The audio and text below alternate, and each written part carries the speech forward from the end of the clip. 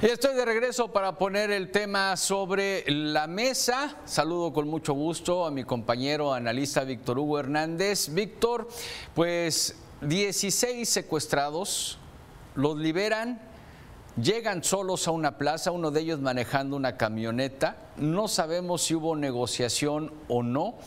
¿Qué pasa en nuestro país? ¿Cómo estás, Víctor Hugo? Te saludo con mucho gusto.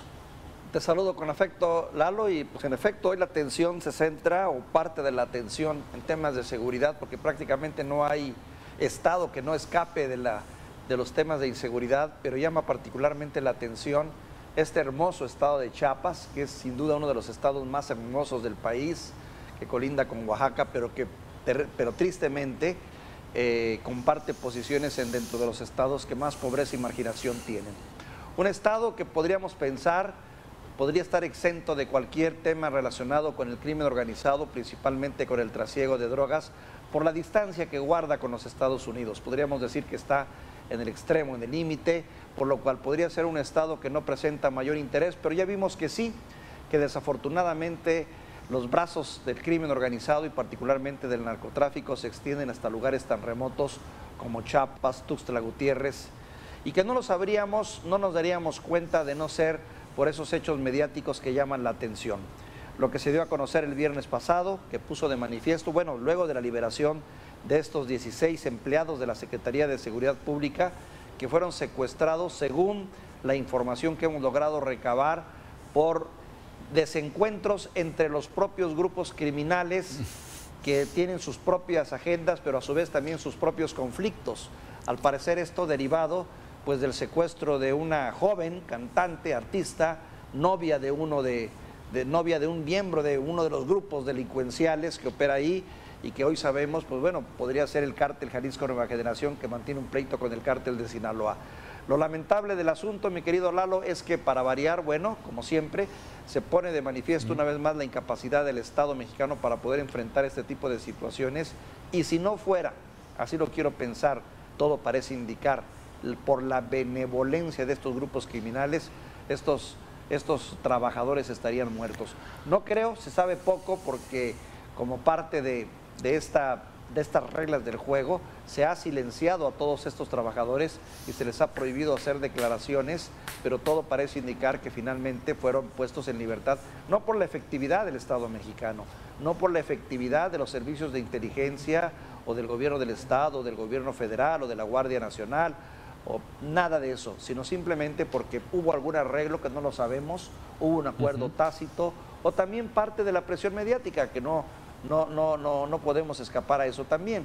Lo cierto es que, caray, duele Chiapas, duele mucho por sus condiciones, por ser un estado tan hermoso y que hoy pues también vive esta zozobra del crimen organizado. Lalo. Claro, duele Chiapas, duele México, Víctor, y mira, yo no quisiera en verdad hacerle eco a este absurdo del Ejecutivo Federal del día en el que sabíamos sobre el secuestro de estos 16 personas que trabajan para la Secretaría de Seguridad y Protección Ciudadana y no son funcionarios tal cual, no son policías, pues, sino trabajan en las oficinas de la Secretaría de Seguridad y Protección Ciudadana del Estado de Chiapas.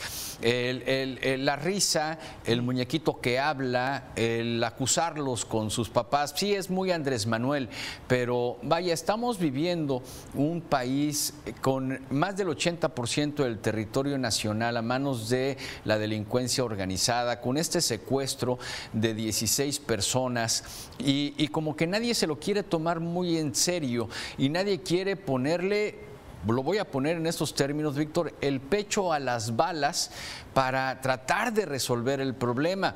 Ahora, este vacío de la información, vaya que salga el gobernador a decir que hay 2 personas que estuvieron ahí muy cerca de los hechos. Espérame, a ver, ¿dónde está la policía municipal? ¿Dónde está la policía estatal, la Guardia Nacional, el Ejército, la Marina, para que se salieran de un camión, los secuestraran y luego abiertamente dijeran: necesitamos la renuncia de tres funcionarios de la propia Secretaría que están inmiscuidos con el crimen y que no haya una respuesta clara, firme en torno a toda esta situación que nos lamentablemente tuvimos que vivir en todo México y más en la gente allá de Chiapas, porque si hay dudas sobre quién controla la administración pública, con esto, Víctor, pues a mí me queda muy claro que no es el gobernador, que no es el gobierno estatal, que no es el gobierno federal, que está metido el gobierno hasta la médula, hasta el tuétano de la administración pública allá en Chiapas. Fíjate, se vuelve a repetir el mismo esquema que en otras partes del país donde hay violencia y donde hay descontrol. Los datos, pues bueno, ya los han mencionado, ¿no? Hay quien habla de que más del 80% del territorio mexicano estaría en problemas con algún tipo de manifestación del crimen organizado. Hay otros que dicen, por ejemplo en los Estados Unidos, que por lo menos el 30% del territorio está en manos, o el orden priva a través de los grupos criminales que logran pactos con la sociedad. Lo que ocurre en Chiapas pone de manifiesto que tampoco este estado se escapa a una constante. Primero, la constante de que finalmente cuando dejas que estos grupos, que tengo entendido esta violencia viene de 5 años atrás y poco a poco se ha ido incrementando con la llegada de estos grupos criminales, de estos cárteles que han encontrado en el trasiego de drogas vía la frontera, porque ahora sabemos que es parte del negocio, lo que viene del sur, que pasa por Guatemala, sin descartar también el negocio de los migrantes, que hemos visto que es un jugoso negocio para el crimen organizado. Bueno, pues podríamos entender un poquito por qué se está dando este fenómeno en Chiapas. Una primera lectura. Una segunda, lo que ocurre en otras partes del estado, que no se entendería este fortalecimiento y todo esto que ocurre si no fuese por la vinculación de funcionarios, políticos, gente metida de la localidad ahí, que también juega a hacer pactos con estos grupos. Por eso estos señalamientos que se hacen de Francisco Javier Orantes, subsecretario de Seguridad y Protección Ciudadana, de Roberto Jair Hernández, director de la Policía Estatal Fronteriza, y Marco Antonio Burguete, director de la Policía Estatal Preventiva, debe de ser investigado, debe de ser investigado a cabalidad, porque pues finalmente se les está mencionando. Uno, pero dos, fíjate, esa es la segunda lectura. Sí.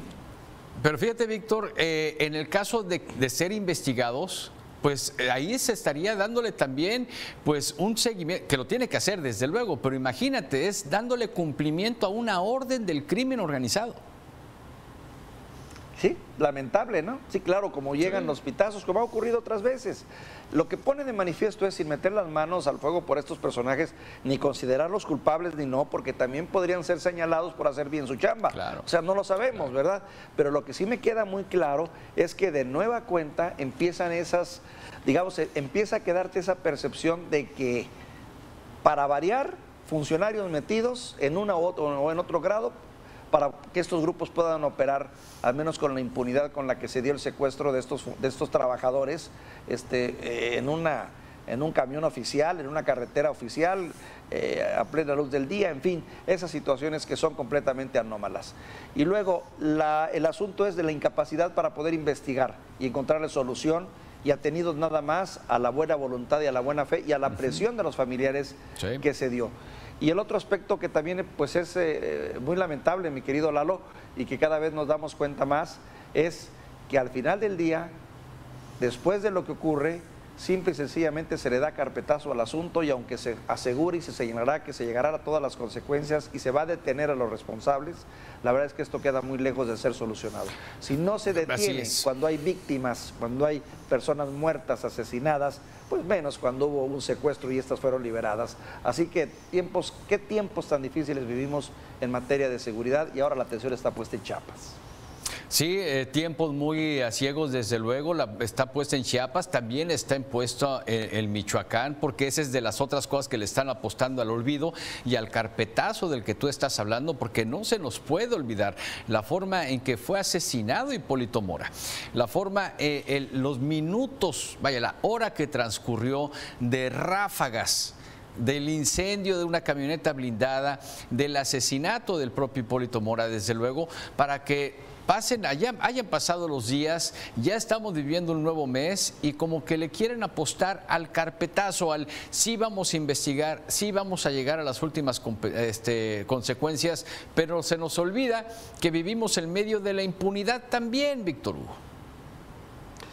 Fíjate, lo que ocurrió allá en Michoacán también es muy lamentable y duele, ¿no?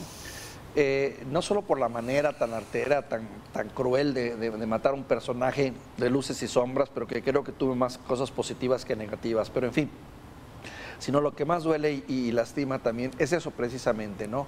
Cómo a todas luces se da una situación de esta naturaleza.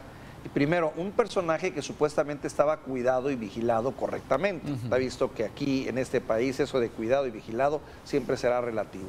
Y segundo, la incapacidad de las autoridades para asistir. ¿Por qué? No lo sabemos, pero esa ausencia después de una hora de enfrentamientos de las fuerzas policíacas locales, lo único que te habla es de contubernio e incapacidad. Entiendo, muchas veces las policías locales su incapacidad para poder enfrentar a estos grupos delictivos, y entiendo también el miedo que dentro de los mismos policías debe de privar cuando ocurre esto, pero volvemos al tema de la organización del Estado. ¿Cómo estamos organizados? Que quien debería de hacerles frente o pudo haberles hecho frente, que en este caso es el Ejército, la Sedena o la Guardia Nacional, brillaron por su ausencia. Claro, y una respuesta del gobernador de que ya le habíamos advertido que no saliera de Morelia. Ah, caray, pues nada más para estar protegido una persona en Morelia. O sea, y si eso sucede, Víctor, con gente que está custodiada y cuidada, pues ¿qué nos dejan a nosotros como sociedad que nos tenemos que andar rascando con nuestras propias uñas? Fíjate, Lalo, ese es el tema. Desgraciadamente, este tipo de hechos que alguien podrá decir, bueno, es que son en determinado lado o aislados o son mediáticamente muy intensos. Lo cierto es que te dejan en el tejido social ese sentimiento de indefensión, ese sentimiento de impotencia, de tristeza y de preocupación. Y volvemos al caso. Si Chiapas es un estado hermoso que vale la pena recorrer, conocer y disfrutar, pues esto le quita muchísimo. Como ocurre también con Michoacán, que es el mismo caso, es uno de los estados más bellos del país y que hoy pues mucha gente generaliza y conceptualiza de una manera total y dice, pues a Chiapas en Michoacán ni pararse ni de chiste porque pues ahí te matan por nada. Eso es lo que ocurre cuando ocurren estos hechos mediáticos de tanto impacto. Lamentable, Así es, lamentable, aunque no siempre es cierto, son regionales, locales, pero la verdad es que lo pagan todos los habitantes, en este caso, de estos queridos estados, queridos y dolorosos estados en este momento. Lalo, coincidimos, Víctor. Te mando un saludo afectuoso, te despido. Gracias, muy buenas tardes, saludos a toda la audiencia. Gracias, Lalo, gracias por la estafeta informativa.